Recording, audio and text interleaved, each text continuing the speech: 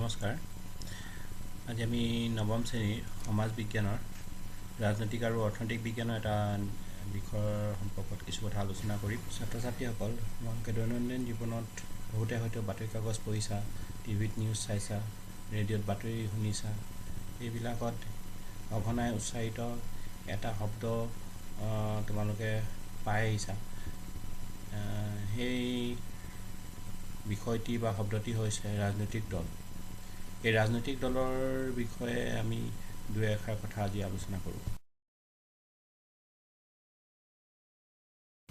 ৰাজনৈতিক দল এটা হ'বলৈ হ'লে ৰাজনৈতিক দলটোত কিছুমান বৈশিষ্ট্য থাকিব লাগিব বা তাৰ কিছুমান লক্ষণ থাকে, আৰু সেই বৈশিষ্ট্য বা লক্ষণকেইটা হৈছে: প্ৰথম সংগঠন, দ্বিতীয়তে নীতি আদৰ্শ, তৃতীয়তে ক্ষমতাৰ প্ৰতি আকাংক্ষা, আৰু চতুৰ্থতে জাতীয় স্বাৰ্থৰ প্ৰতি সন্মান।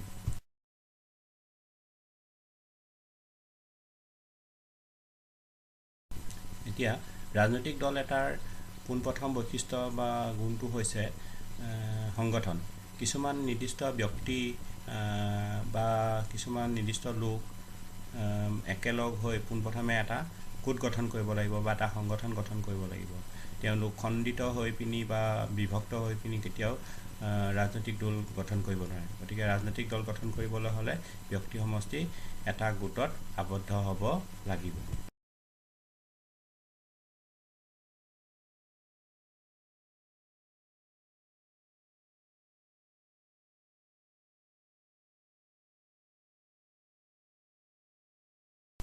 দ্বিতীয়তে, সেই সংগঠিত ব্যক্তি সমষ্টি বা ব্যক্তিৰ গোটে তেওঁলোকে নিজাকৈ কিছুমান নীতি নিয়ম বা আদৰ্শ প্ৰস্তুত কৰিব, আৰু গোটেই দলটোৰ সদস্য বা মানুহখিনিয়ে সেই নীতি আদৰ্শ আৰু নিয়মবিলাক তেওঁলোকে মানি চলিব।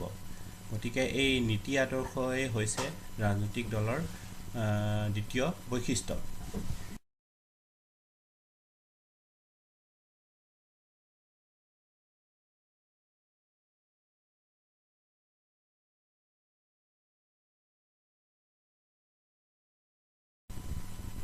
তৃতীয়তে, এটা ৰাজনৈতিক দলে সদায় ক্ষমতাৰ প্ৰতি আকাংক্ষা থাকে।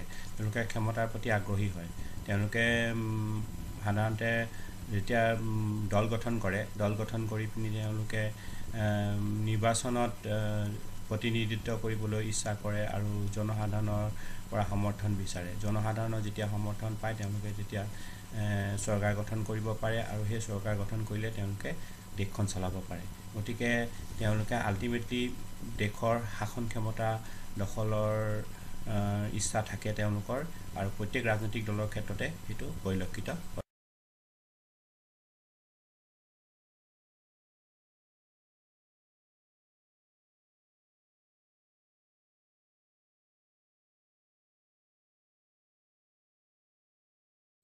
চতুৰ্থতে, ৰাজনৈতিক দলে সদায় দেশৰ স্বাৰ্থক আগস্থান দিয়ে। তেওঁলোকৰ মতে ব্যক্তি স্বাৰ্থ বা দলীয় স্বাৰ্থ পিছত থাকিব, দেশৰ সামাজিক স্বাৰ্থ বা সমূহীয়া স্বাৰ্থটো সদায় আগস্থান পাব।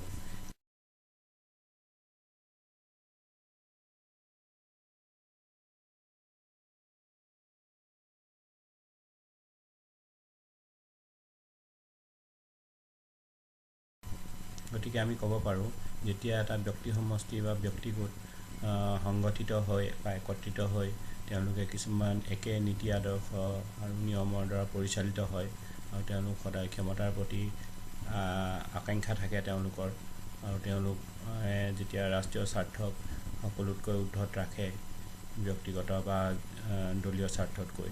গতিকে তেনেকুৱা ব্যক্তিৰ গোটকে আমি ৰাজনৈতিক দল বুলিব পাৰোঁ।